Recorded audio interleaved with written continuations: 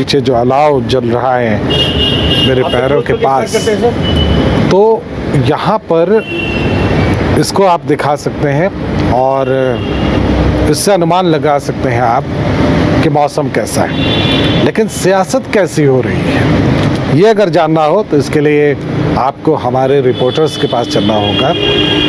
इस वक्त हमारी चर्चा में उदय मौजूद हैं और मदन मौजूद हैं, जो कि आपको फील्ड की गतिविधियों के बारे में बताएंगे, झारखंड में क्या कुछ हो रहा है। और बिहार से एसके राजीव हमारे साथ जुड़े हुए हैं, उनसे हम बातचीत करेंगे कि बिहार की सियासत में क्या कुछ हो रहा है। इससे पहले कि हम चर्चा शुरू करें, हम आपको बता दें कि इस बात की ज़बरदस्त अफवाह थी कि जैसे ही ये मकर संक्रांति बीतेगी या जैसे ही सूर्य उत्तरायण को होंगे, नीतीश कुमार भी किसी दिशा में बदल सकते हैं। लेकिन मुख्यमंत्री ने अभी तक ऐसा कुछ नहीं किया है।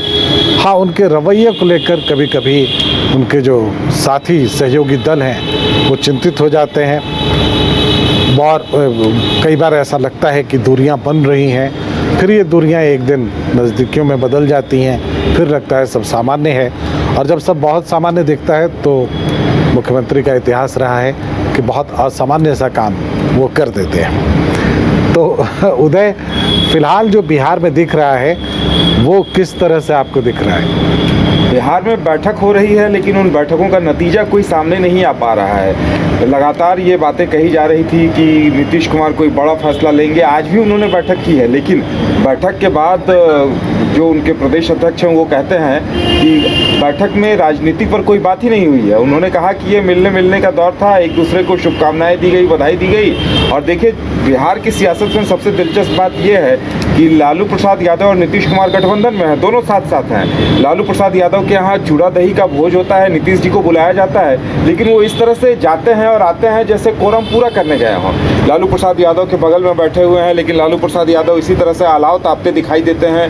कहीं कोई गर्मजोशी नहीं दिखती, कोई बातचीत नहीं होती है और ये मुलाकात, ये भोज खत्म हो जाता है। और उसी तरह से इसी तरह के बयान भी उदय, एक बहुत अच्छा शेर है, इस पे रोज मिलते हैं मगर बात नहीं होती, कैसे कह दूं कि मुलाकात नहीं होती। तो राजीव जी से उस मुलाकात का बिल्कुल अर्थ समझते हैं। राजीव जी, ये जो शेर है वो कितना इस पर लागू होता है, इन मुलाकातों पर?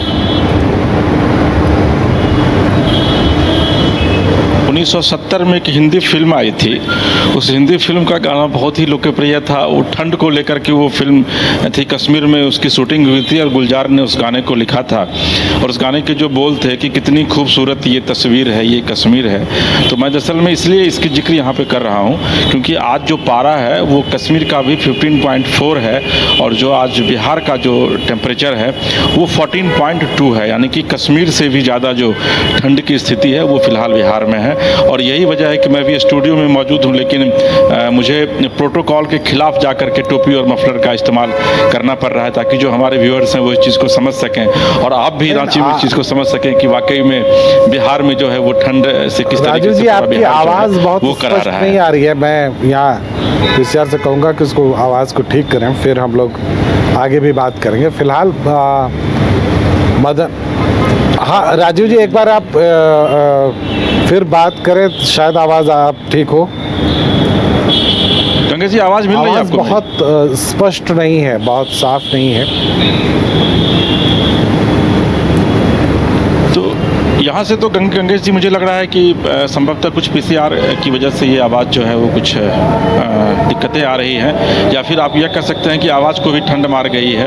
लेकिन जो मैं आपको बता रहा था कि 1970 के दशक में एक हिंदी फिल्म आई थी और उस हिंदी फिल्म का गाना बहुत लोकप्रिय था कि कितनी खूबसूरत ये तस्वीर है, ये कश्मीर है। दरअसल मैं इसकी जिक्र इसलिए यहाँ कर रहा हूँ क्योंकि आज जो पारा बिहार का है और जो कश्मीर का जो टेम्परेचर है, तो कश्मीर का टेम्परेचर 15.4 के करीब है, 15.4, तो बिहार का जो पारा है वो लगभग 14.2 के करीब है, यानी कश्मीर से भी ज़्यादा ठंड जो है वो फिलहाल बिहार में पड़ रही है। और ये बताना इसलिए आपको ज़रूरी है क्योंकि आप भी रांची में बैठकर यह समझ सकें कि वाकई में बिहार में कड़ाके की ठंड में काम करना कितना मुश्किल होता है। और मैं अभी इस वक्त स्टूडियो में मौजूद हूँ और शायद ये प्रोटोकॉल नहीं है टीवी का कि हम टोपी लगा करके मफलर लगा करके लाइव करें, लेकिन चूंकि ठंड की वजह से मुझे ये करना पड़ रहा है। लेकिन इन सबसे इतर जो आपका सवाल था वह यह है कि बिहार की सियासत में भले ही ठंड का जो है वो उतना असर देखने को नहीं मिल रहा है जितना कि कहा जा रहा है, क्योंकि नीतीश कुमार जो है वो पूरे तरीके से मकर संक्रांति के बाद एक बार फिर से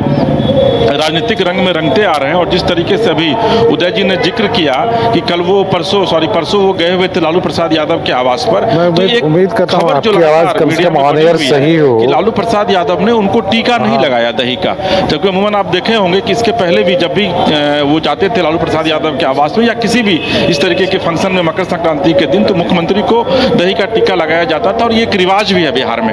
और 10 मिनट से ज़्यादा नीतीश कुमार वहाँ रुकते नहीं हैं लालू प्रसाद यादव के पास और वो सीधे निकल जाते हैं, मीडिया से कोई बात नहीं करते हैं और पिछले 20 दिनों से लगातार मीडिया से दूरियां बनाए हुए हैं। देखिए, ये कहा जाता है कि नीतीश कुमार जब भी सामान्य होते हैं तो स्थितियां कुछ असामान्य सी होती हैं और नीतीश कुमार जब असामान्य होते हैं तो फिर स्थितियां सामान्य सी होती हैं। तो नीतीश कुमार इन दोनों पूरे तरीके से मीडिया को उन्होंने बायकॉट कर रखा है, मीडिया से वो कोई बात नहीं कर रहे हैं। और आपको याद होगा कि जब बिहार में सत्ता परिवर्तन का खेला गया है उसके पहले नीतीश कुमार मीडिया से एक दूरी बनाते हैं और मीडिया में सब कुछ कहते हैं कि सब कुछ ठीक ठाक चल रहा है। राजीव जी, हम आप इस चर्चा को थोड़ा और आगे बढ़ाएंगे, जरा मुझ तक वो आवाज़ सही पहुंच जाए, उसके बाद फिर हम इस चर्चा को और आगे बढ़ाएंगे। फिलहाल मदन हमारे साथ हैं।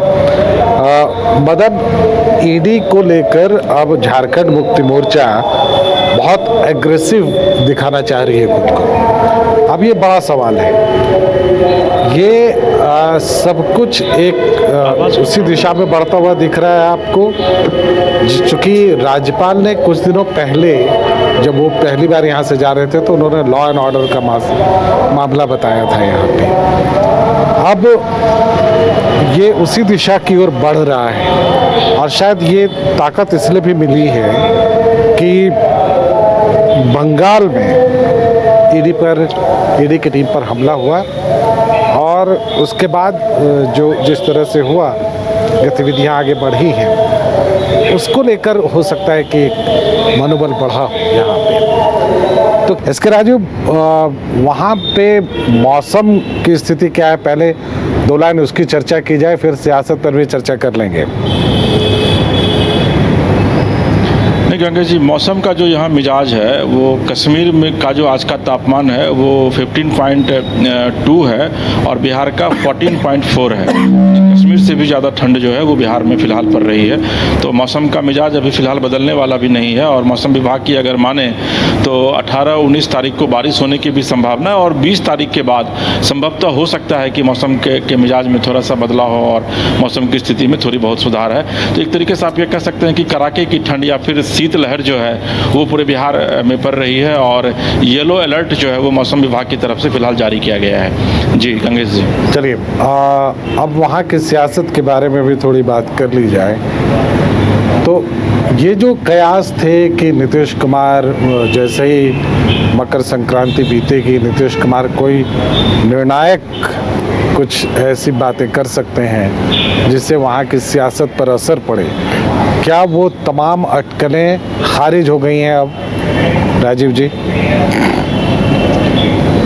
तो देखिए गंगेश जी, जब अटकलों की अगर आप बात करते हैं तो अटकलों को आप खारिज भी कर सकते हैं और अटकलें भी होती हैं, कभी कभी अटकलें यथार्थ का भी रूप ले लेती हैं। तो फिलहाल बिहार की सियासत की अगर आप बात करें तो यहाँ की सियासत में निश्चित तौर पर अभी भी जो उठा पटक का एक खेल है वो लगातार खेला जा रहा है। मैं आपको एक छोटा सा उदाहरण दे रहा हूँ कि आज से 2 दिन पहले जब तिला संक्रांति के दिन नीतीश कुमार जाते हैं लालू प्रसाद यादव के आवास पर तो मात्र वहाँ 10 मिनट रुकते हैं, उनकी लालू प्रसाद यादव से कोई बातचीत नहीं होती है, दोनों अगल अगल बगल में बैठते हैं। और अमूमन ये देखा जाता था कि तिला संक्रांति के दिन जब भी नीतीश कुमार लालू प्रसाद यादव के पास गए हैं या फिर लालू प्रसाद यादव नीतीश कुमार के आवास पर गए हैं तो उन्होंने विधिवत उनको दही का टीका लगाया है। इस बार वो टीका नहीं लगाया गया और ये टीका जो है वो बिहार की राजनीति में इन दोनों पूरा बबेला मचाए हुए, और ये कहा जा रहा है कि भले ही सरकार में दोनों लोग साथ हों लेकिन दोनों का मन जो है वो अब नहीं मिल रहा है। दूसरी जो महत्वपूर्ण बात है कि आज नीतीश कुमार जो है वो लगभग 12:30 बजे के करीब पहुंचते हैं गुरुद्वारा, जबकि वही तेजस्वी यादव 3:30 बजे के करीब पहुंचते हैं। एक ही प्रोग्राम है, जबकि अमूमन ये देखा गया है कि जब से दोनों सत्ता में साथ आए हैं 2022 में,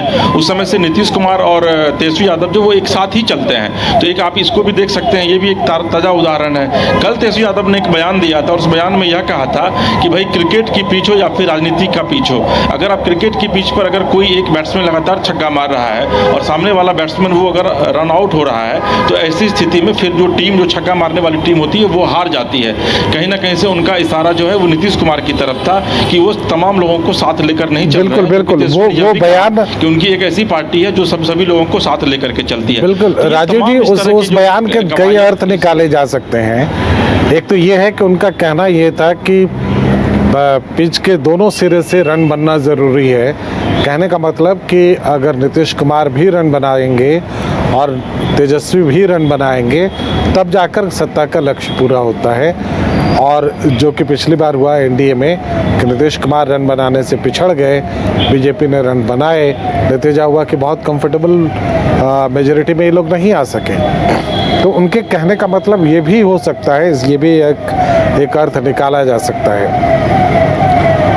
दूसरी बात यह है कि दही का टीका नहीं लगाना ये प्रतीकात्मक है या उसमें कितना प्रतीक ढूंढा जाए, ये एक इम्पॉर्टेंट है। लेकिन सवाल ये है कि अगर नीतीश कुमार कुछ तय भी कर चुके हैं तो उसका सही वक्त कब आएगा? वो वक्त अभी है या आपको लगता है कि लोकसभा इलेक्शन के बाद है?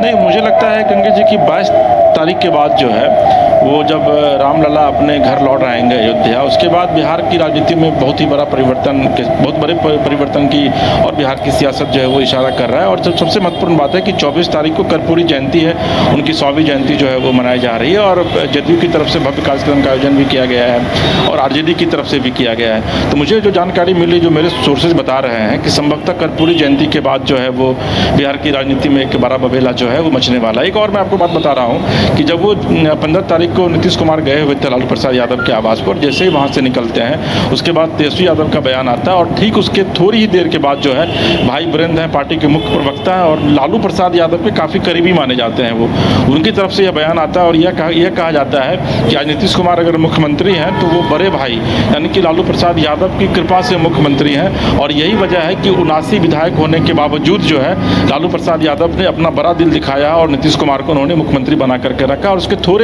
थोड़ी ही देर बाद जो है वो अशोक चौधरी का बयान आता है और ये कहा जाता है कि वो बड़बोले विधायक हैं, वो इस तरह की बयानबाजी जो है वो करते रहते हैं। तो कहीं ना कहीं से देखिए सब कुछ ठीक ठाक नहीं चल रहा है, ये तो गंगा जी मानना पड़ेगा, क्योंकि नीतीश कुमार पिछले 20 दिनों से मीडिया से लगातार दूरियां नसीर बना करके रखे हुए हैं। अच्छा, ये एक फायदेमंद सियासत होती है, ये फायदेमंद सियासत होती है कि अपने ही लोगों से विरोध कराते रहा जाए, विरोधियों को विरोध करने का मौका ही ना मिले और लोग इसी उलझन में बने रहें कि होगा या नहीं होगा, बदलाव होना है नहीं होना है, एक दूसरे के आलोचक बन जाएं और सियासत बहुत आराम से चलाते रहें, आगे बढ़ाते रहें। ये भी एक स्ट्रेटजी होती है। तो क्या आपको ऐसी कोई स्ट्रेटजी दिख रही है या आपको लगता है कि नहीं स्थितियाँ वाकई बिगड़ रही हैं?